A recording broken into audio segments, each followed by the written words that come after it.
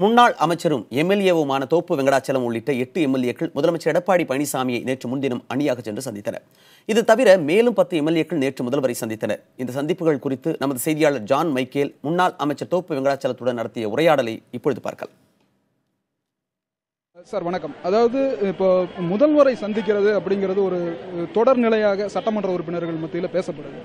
நீங்க உங்களுடைய அணி அப்படிங்கிற மாதிரியான ஒரு அணி சம்பந்தமா பார்த்ததாகவும் இதனைத் தொடர்ந்து ஒவ்வொரு அணியாக சட்டமன்ற உறுப்பினர்கள் சென்று முதல்வரை சந்திக்கிறதா சொல்றாங்க.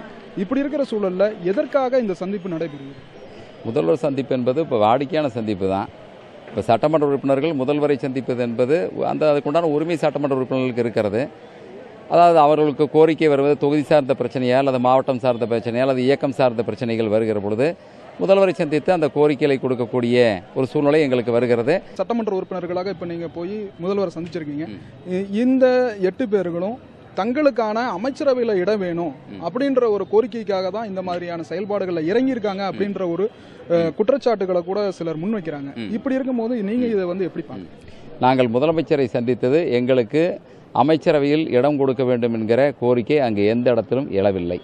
எந்த விதத்திலும் இதில் தனிப்பட்ட முறையில் அமைச்சர் பதவியோ அல்லது தனிப்பட்ட கோரிக்கையோ அங்கு வைக்கப்படவில்லை என்பதை நான் ஆணித்தரமாக தெரிவித்துக் கொள்கிறேன்.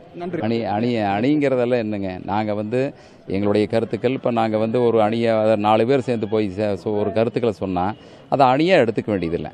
எங்களுடைய கருத்துக்கள் எங்களுடைய தொகுதி சார்ந்த பிரச்சனையா அல்லது இயக்கம் சார்ந்த பிரச்சனையா அல்லது மக்கள் சார்ந்த பிரச்சனையோ நாம் ஏதாவது ஒரு விதத்தில் நாம் மாண்புமிகு முதல்வர்கிட்ட எடுத்துகிட்டு போய் தான் ஆகணும். முதல்வர்கிட்ட எடுத்துகிட்டு போகிறப்போ அதை நாம் நீங்கள் அதுக்காக அதுக்கு ஒரு வடிவம் அமைக்க வேண்டியதில்லை.